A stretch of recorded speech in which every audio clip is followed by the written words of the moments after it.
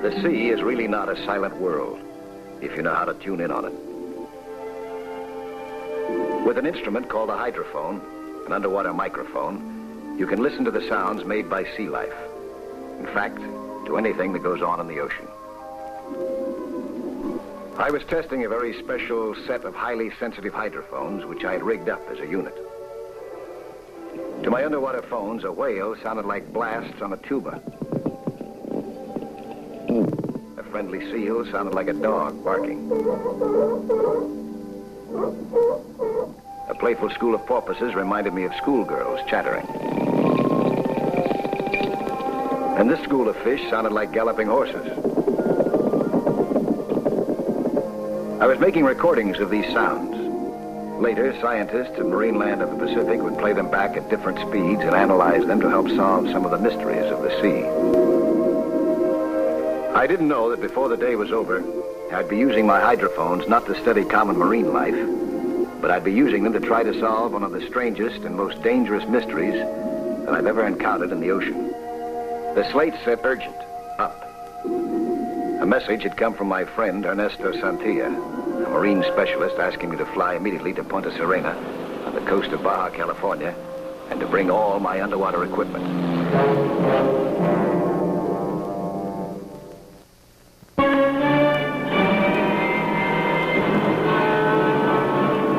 Several hours later, we were over Bahia Blanca on the coast of Baja California.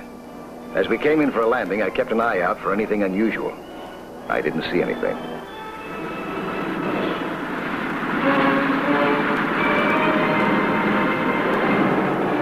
We landed in the bay and taxied toward Punta Serena. Ernesto had left a truck and instructions for me in town. An hour later, I drove up the beach into his research camp. Tanks, hydrophones, and all.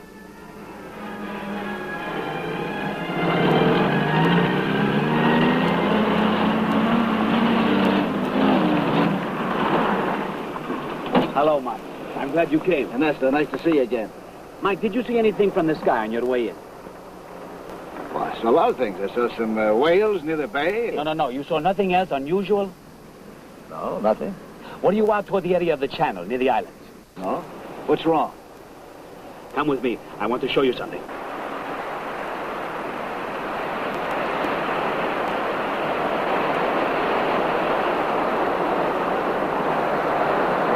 I'd like you to look at that net.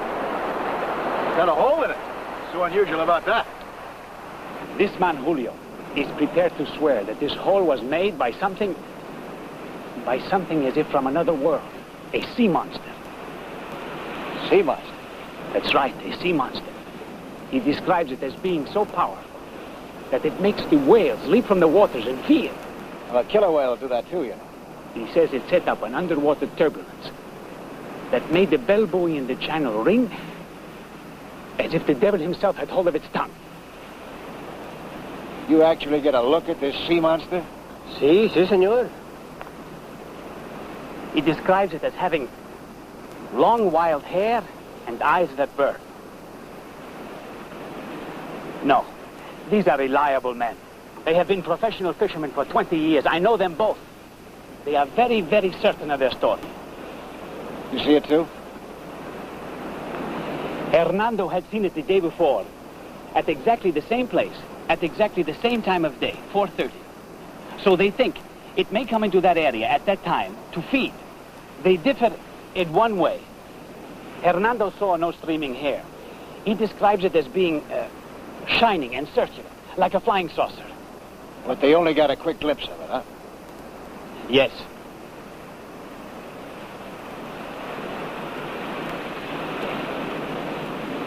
These ends look like they've been cut. Yes, Mike. If it were not for this net, believe me, I too would discount the story. Do you know how much impact would be needed by whatever hit that net to snap those cords that way? More force and strength than any water creature that has lived for at least 1,000,000 years. You got the time? Oh, it's not 4:30 yet. Let's get that plane and go up and take a look, huh? I went up again in the amphibian for some aerial reconnaissance. We were over the bay again, and this time I had an idea where to look, in the area of the channel. But I still didn't know what I was looking for. Far below us, we could see many whales swimming lazily near the surface. We came down close to the water to get a good look at them. Nothing seemed unusual.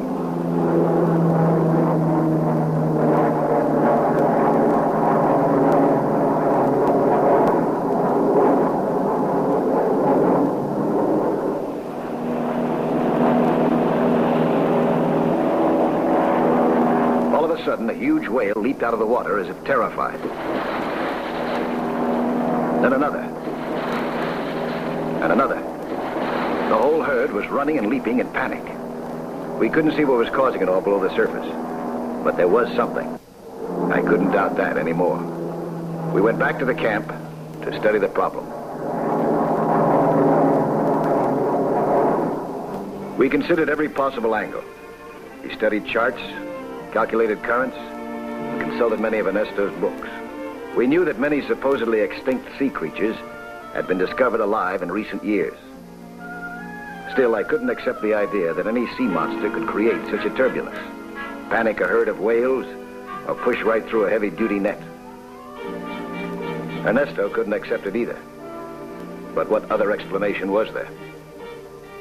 I decided that there was only one thing to do. Collect data on it, right there in the water as it passed. We might be able to get a look at it, or even photograph it.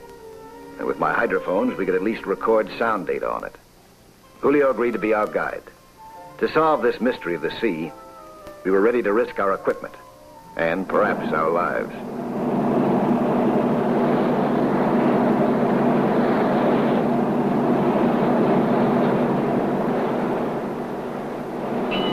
We got to the channel early the next morning. That gave us many hours to prepare, but we didn't know what we were preparing for.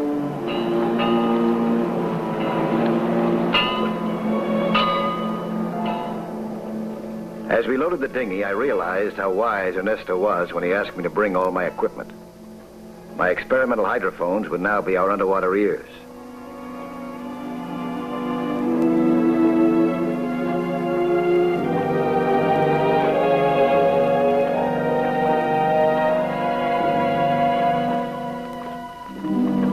We agreed to place them at specific angles and depths in relation to each other. Each phone had its own miniature transmitter, broadcasting to the receivers, meters, and tape recorders aboard the Teresa. By comparing the sounds and intensities and making some calculations, we could chart the course, the depth, and speed, perhaps even the size, of anything that passed through the channel.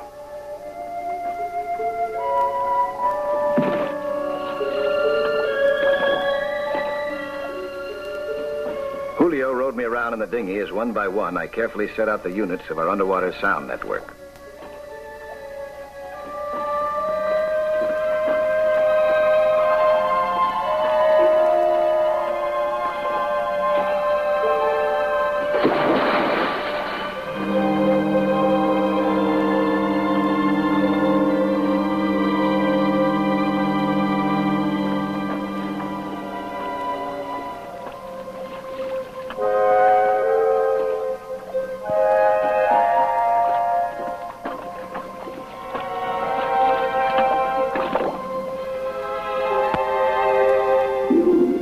Adjusted the floats and cables, I made a final check on the connections, the directions, and distances.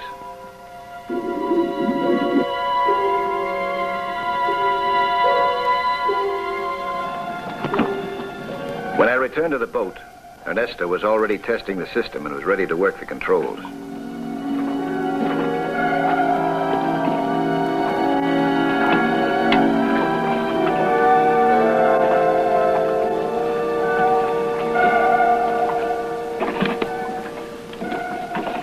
How's it working? Listen. Yeah, that's fine.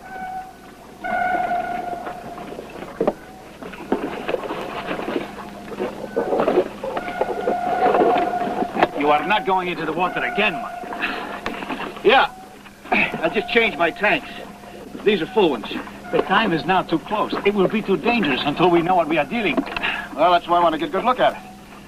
I can see much better down below. The boat is the safest place for all of us, Mike. I will not consent. You brought me down here because I'm supposed to know my job. Let me do it, huh? My way.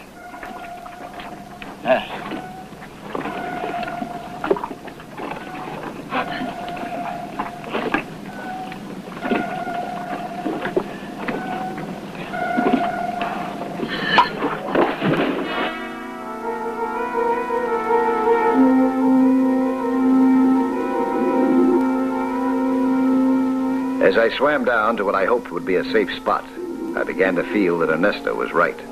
It would be dangerous. But nothing could take the place of a face-to-face look.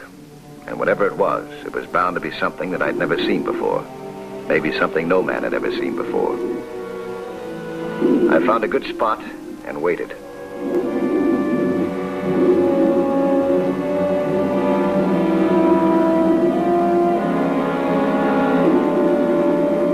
Aboard the Teresa, Ernesto and Julio waited too, as the minutes ticked by.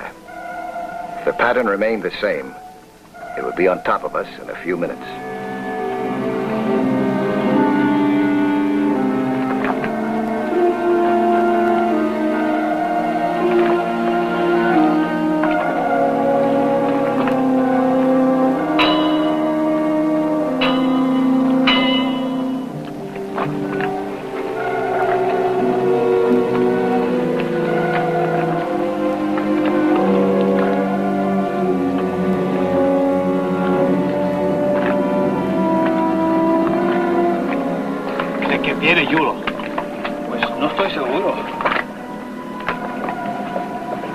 I wondered what I would do about it if it was something out of the depths.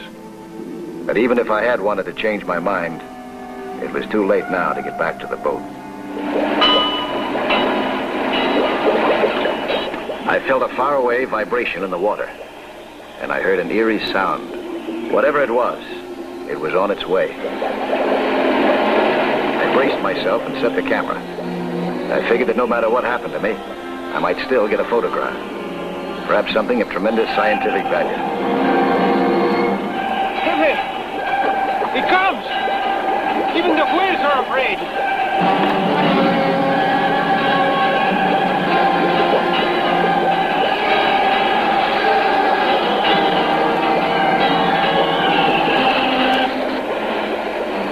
The turbulence hit me like a pile of bricks. There was no fighting it.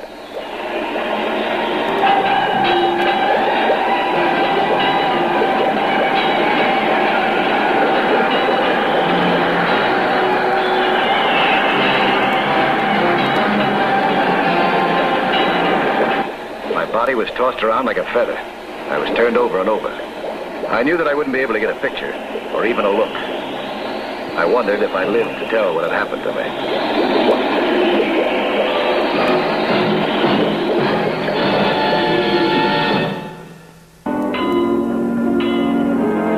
I was underwater to get a look at Julio's sea monster. Instead, I was almost finished by the turbulence that it caused as it passed.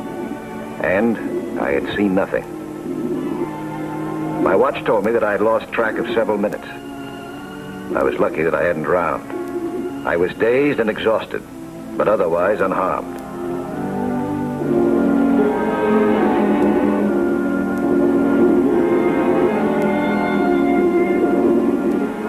As I surfaced, I looked around for some trace of the thing, but saw nothing.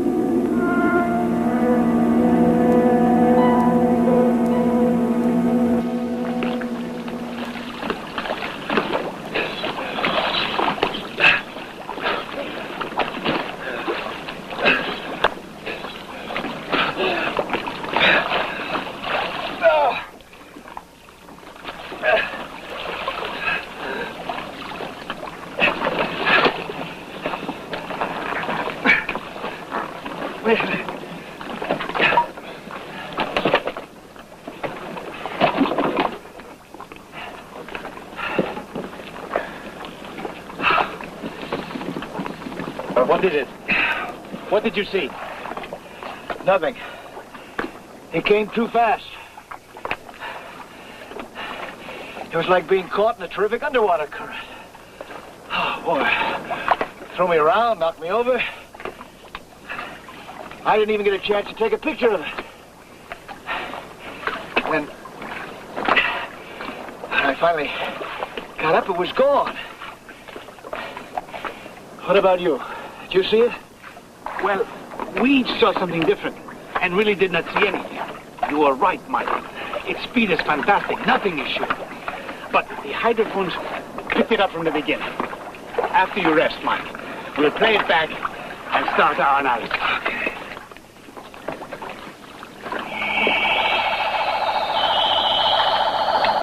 Now, compare what you just heard with our tape recording of the sound coming from hydrophone number 5. The volume here is at least 3 dBs less. That puts it even further to the left side of the channel. That's right. Right about here, would you say?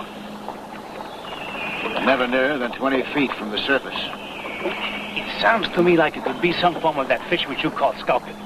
They have that strange metallic hum and ring, too. Look at the course this thing takes.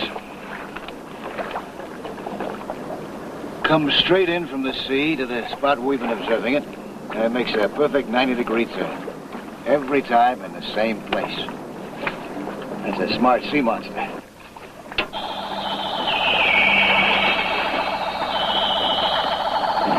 Every time I listen to this thing, I can't help but think that...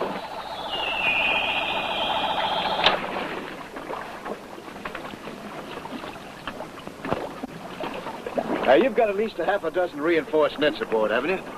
We have 8, Mike. Well, if it's okay with you, I'd like to stretch all 8 of them in a row, one right behind the other, across the channel. Starting from this point. Right here. So as to slow it up just long enough to get a real look at it, huh? That's right. Maybe take a picture of it, too. And if I'm lucky, even disable it. At least it'll give us a chance to find out what we're up against. We can keep it there for just a half a minute. Well, what do you say? You willing to risk those nets of yours? I'm afraid it'll probably go through the first 3 or 4 of them, but I think the rest of them will hold it. Yes, Mike. If you will agree this time to stay on board with us.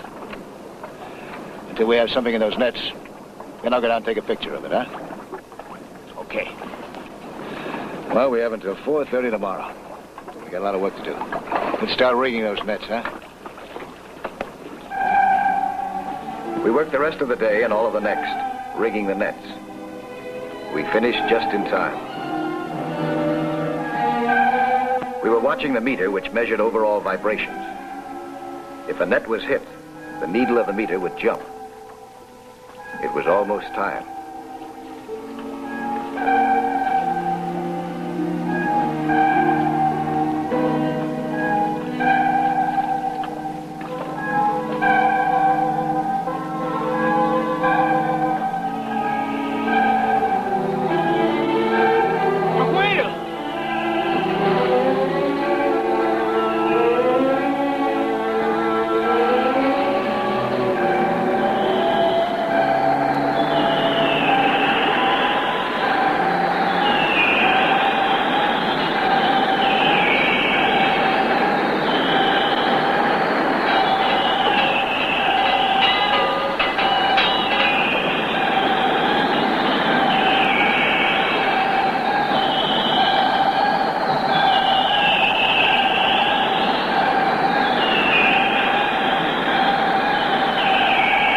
It hit the first net.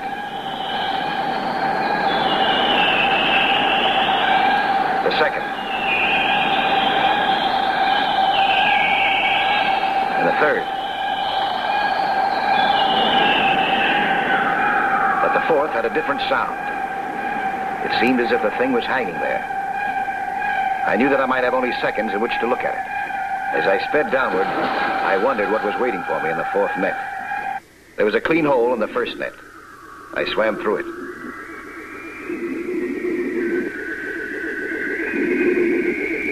Then through the second.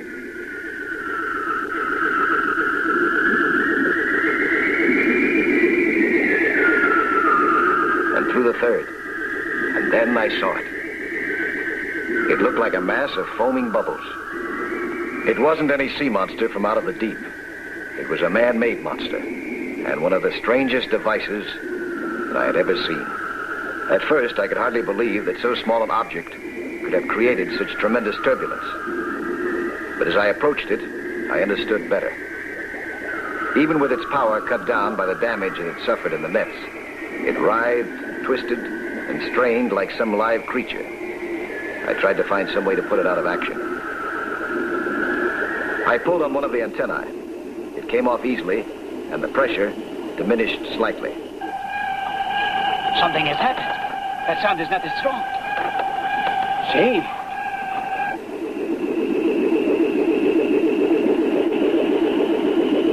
Then I pulled off another, and the whole mechanism quieted down.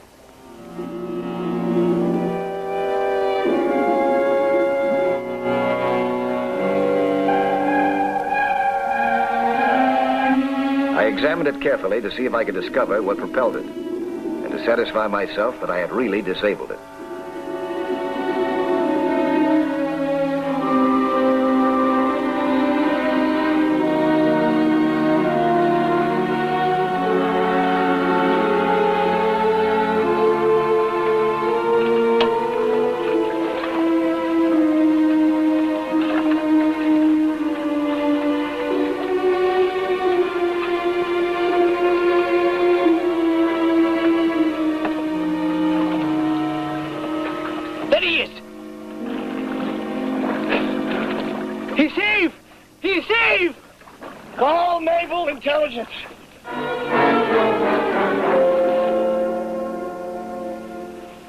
Now, for the time being, we have to request your strictest silence concerning this object.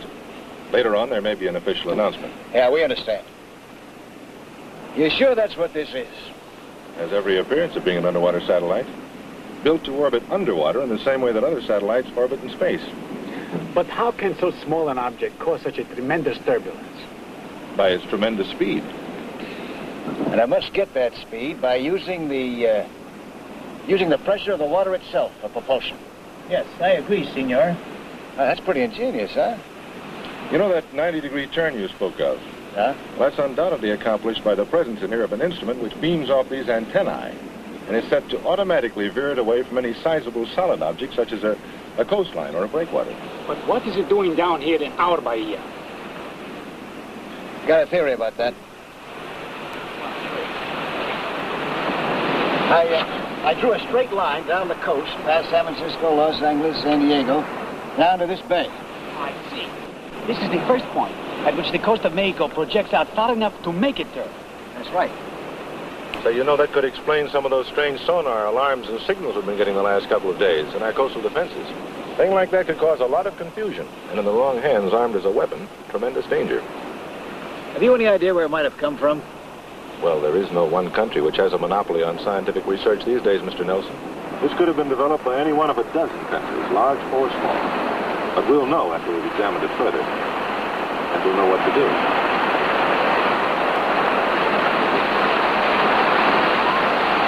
Hey, amigo, what are the burning eyes and the long wild hair? Well, the eyes, they must have been these two light-sensitive discs. I don't know what that wild flowing hair could be. Yeah, it must have just passed through a kelp bed. That's what you saw, was kelp on there. Ah, see. You know, I don't blame you for thinking that it was something from another world. And who can say, with all that is happening today, he was so very far wrong?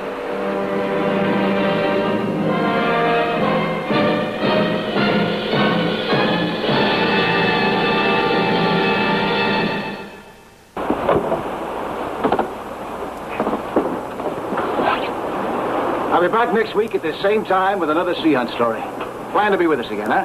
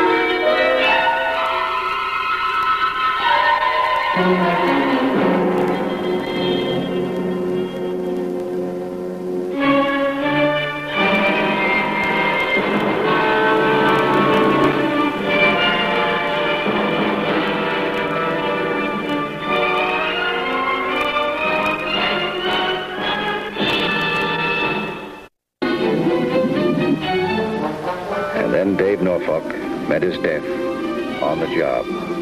Dave died at the hands of two other men who had learned to live underwater and to kill underwater. There were no scars, no wounds to testify to what happened. They simply turned off the valve that delivered air to Dave Norfolk and watched him drown helpless. Then they turned the valve back on, knowing that when and if his body were found, he'd be just another scuba diver who'd met with a mysterious accident. There'd be nothing to indicate homicide. I didn't know Dave Norfolk or his killers. I didn't know that I was soon to face those killers myself.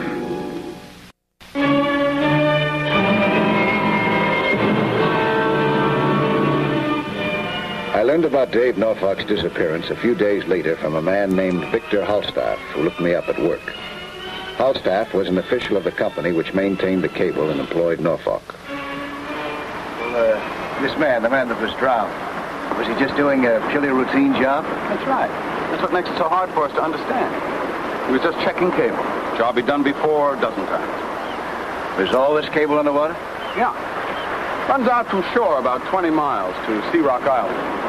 Services the Radford Chemical Corporation. Oh, yeah, I've seen the plant from the water.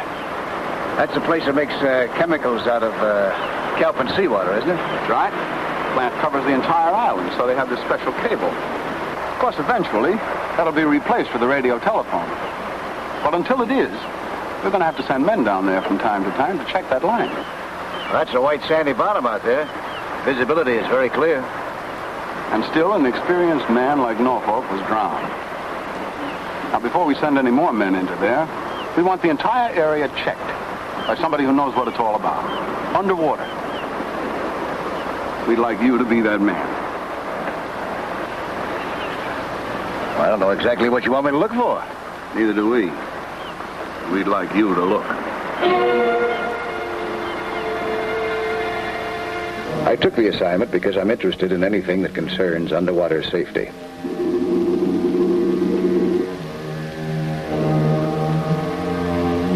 My first approach was to retrace Dave Norfolk's route the day he disappeared. I found the cable on the bottom and started to follow it, observing everything within viewing range. Something there might be the clue to his disappearance.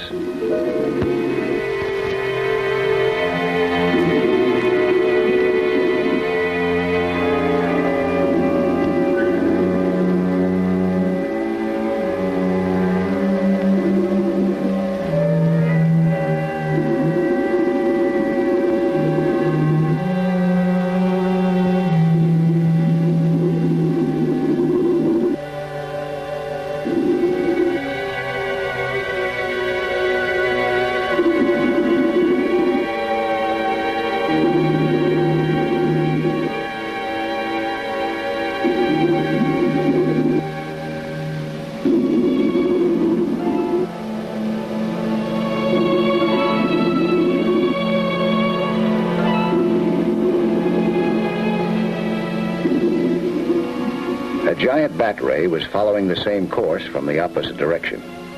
I stopped. It passed me by as I expected.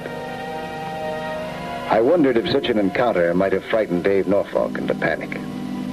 I couldn't know then that it was no native of the sea, but fellow human beings who had doomed him.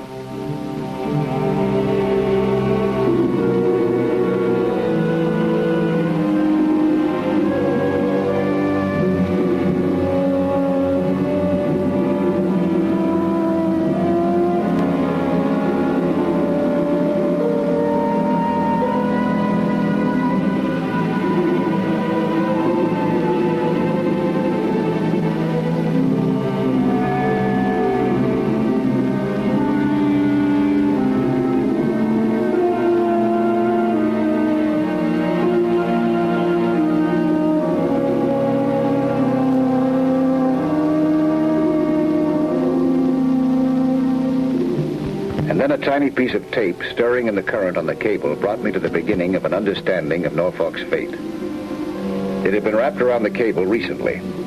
Sea growth had been scraped away, leaving a bare spot in the insulation, and there were marks that looked as if they'd been made by a clamp.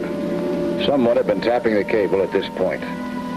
someone who didn't want to be discovered at it by Dave Norfolk. I surfaced immediately, found Halstaff, and went with him to the Radford Chemical Plant on Sea Rock Island. The president of the company might know who'd be interested in tapping his phone line. His credentials satisfy me, Mr. Halstaff. Besides, I know of Mr. Nelson. Yes, Mr. Nelson, there is reason to tap our telephone cable, and a very important reason, too. It involves many, many millions of dollars and possibly lives. Then we may not be too far off. Is that right, Mr. Ludwig? Our company is conducting a very special research program on this island, developing a whole new group of chemicals, utilizing simple seawater. It has an enormous industrial importance and military importance. Until you walked into this room, we had every reason to believe that this was totally and completely top secret. When did you say this man died, the one who drowned? Last Friday, sometime around 1 o'clock by our closest estimate. Friday at 1. Then this is worse than I thought. How so? Each Friday at 1 o'clock, it's automatic. Our executives assemble for it. We make a special call to our home office in the East. In that call, we provide for a complete verbal report on the week's progress, including everything that we don't care to put down on paper. In the past 3 weeks, our Friday conversations have contained information that is practically priceless. Has all of your important data been transmitted by now? No, there's more, including the breakdown analysis of our key seawater element. Well, they're undoubtedly aware of that. They'll be listening in again next Friday, you can be sure of that. We have a device that could warn us the instant a tap has been attached to the cable. Oh, that's great. Can you get it connected by Friday? I think so. We'll be there. We were there, Friday at 1 o'clock. Falstaff and I on my boat idling along above the cable. Ludwig and a technician in his office manning the detection equipment. We had a radio channel open between us and a code worked out that we hoped wouldn't tip off anyone listening in. It's after 1 o'clock. You should have heard from him by now. Want to give him a buzz? Okay.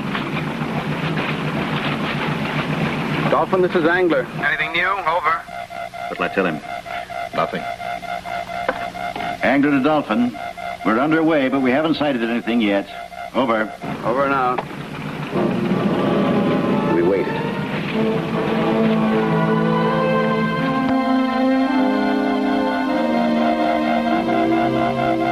When Falstaff and I received the word that a tap was on, I was prepared to follow the route of the cable till we found another boat drifting above it. That one should be the diver's boat, and we'd have them red-handed. Better tell them to stand by. Angler to Dolphin. We have a possible sighting. Over. Standing by.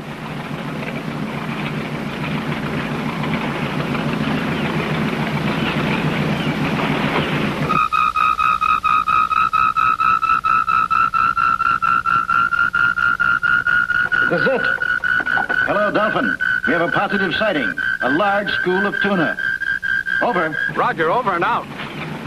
A large school of tuna. That was our code for a sure tap.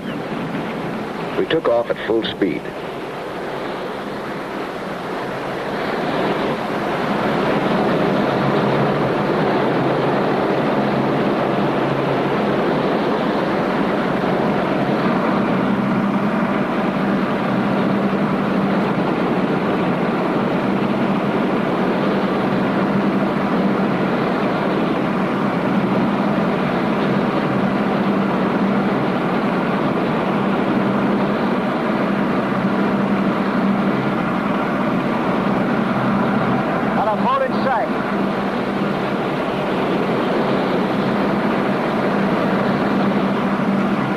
Full speed wasn't fast enough, for it soon became apparent there was no other boat to find.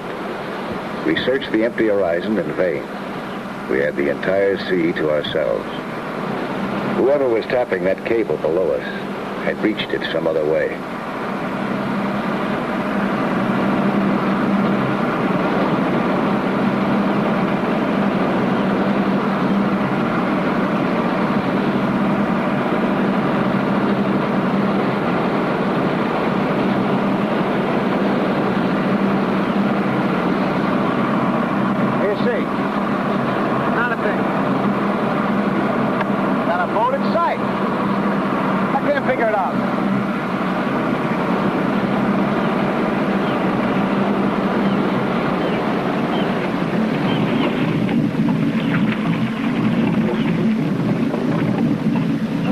out in here, and I found that tap on the cable.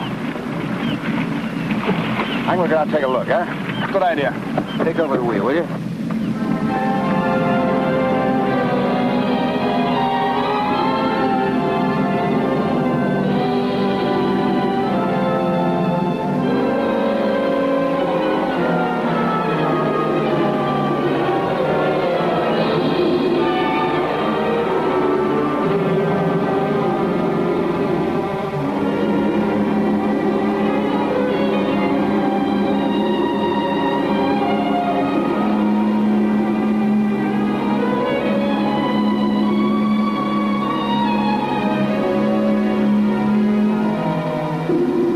When I reached the spot where last the cable had been tapped, I found nobody, nothing.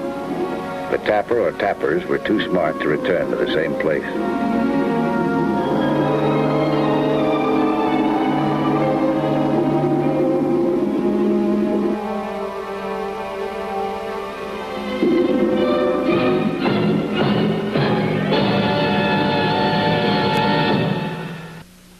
But all I needed underwater was a couple of 100 yards between us, and I wouldn't be able to see them. I started following the cable, certain that they were nearby, and hoping that I was going in the right direction.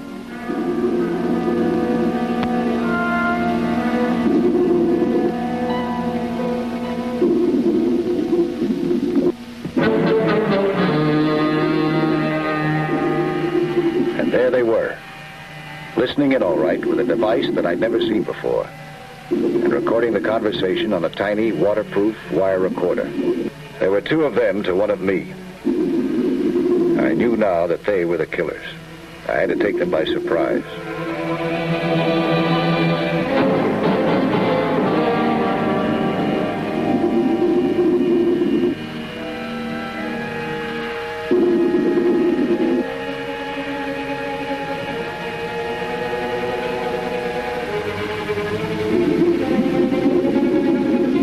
I was well hidden by the grass, but I was afraid that my bubbles would give me away.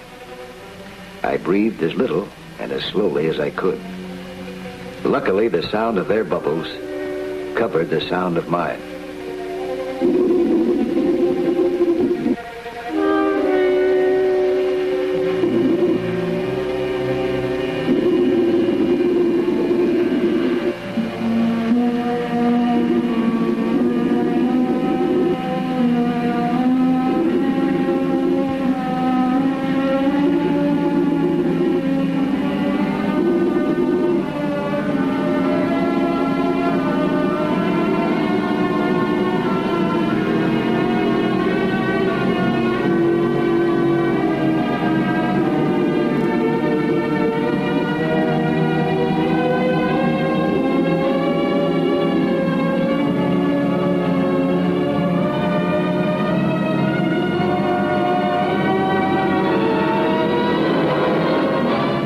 First man's air hose. That put him out of business fast and left me free to meet the second man on even terms. But the second diver didn't wait.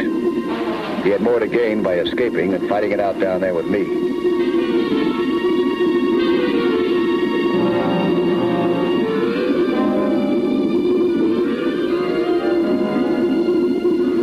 By the time I spotted him, he had an almost impossible head start on me.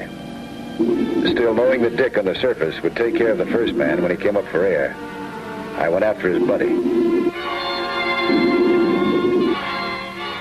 I lost him completely for a time, but his direction was generally back towards Sea Rock Island, so I kept swimming that way and desperately hoped for a glimpse of him.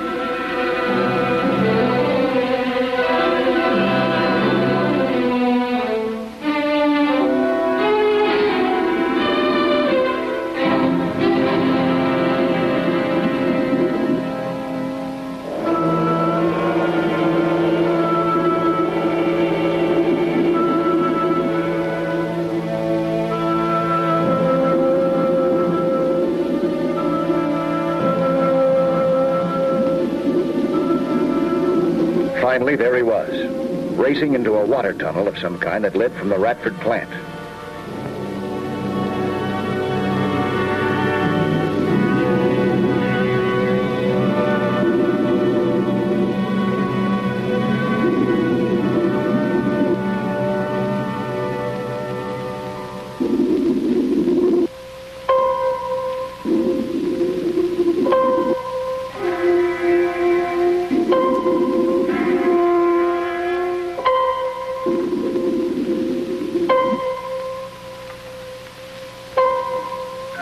Now I knew how the divers had reached the cable without being discovered.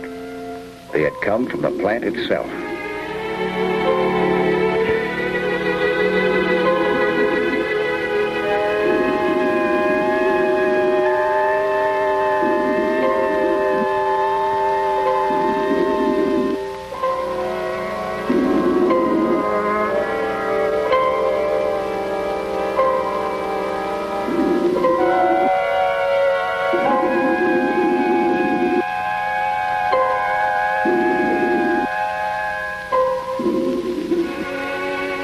The connecting shaft led straight up.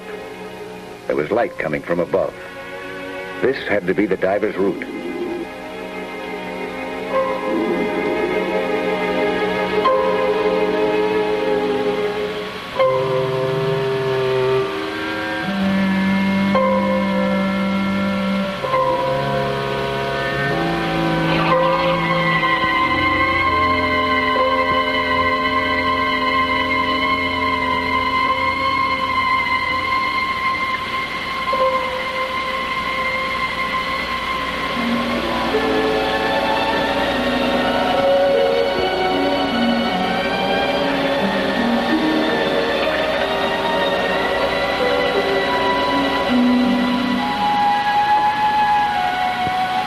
The first thing that I was aware of when I came out of the water was the sound of turbines or generators nearby.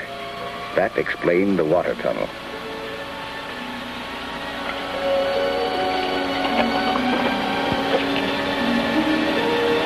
I saw his tanks and diving equipment still dripping on the floor.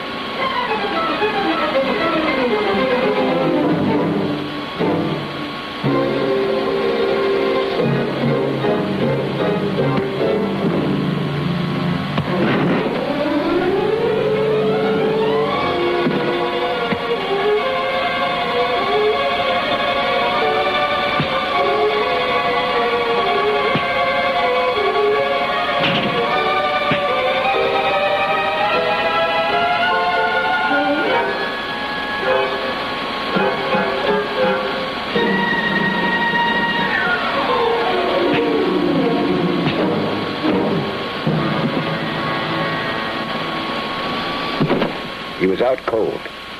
He'd be out long enough for me to find a telephone and get Ludwig and the police down here. And once he and his buddy explained who they worked for and why, the Radford Company could go safely back to its top secret work. Sure that it was top secret.